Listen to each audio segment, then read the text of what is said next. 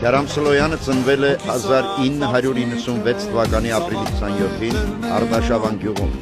եզդիներ Քալաշ Սլոյանի և Նավադ Ավդալյանի ընտանիքում։ Ընտանիքի 5 երեխաներից 4-րդը Քարամը մանկությունից էր վարժվել աշխատանքի, հայրենի հողի հանդեպ սիրում։ Նրան սիրում էին բարության, խելքի, մարդկանց օգնության հասնելու պատրաստակամության համար։ Ինքը առանձնահատուկ էր։ Ասենք, եթե մենք փոքրում սոված ենք լինում, ծնողներին ասում ենք հաց ենք ուզում, սոված ենք։ Բայց ինքը չէ, ինքը աշխատում էր հաշճարը, որ ծնողներին հաց վերցնում։ Շատ խելոք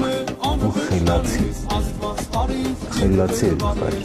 ասենք երևում էր, որ իրոք տղամարդ է։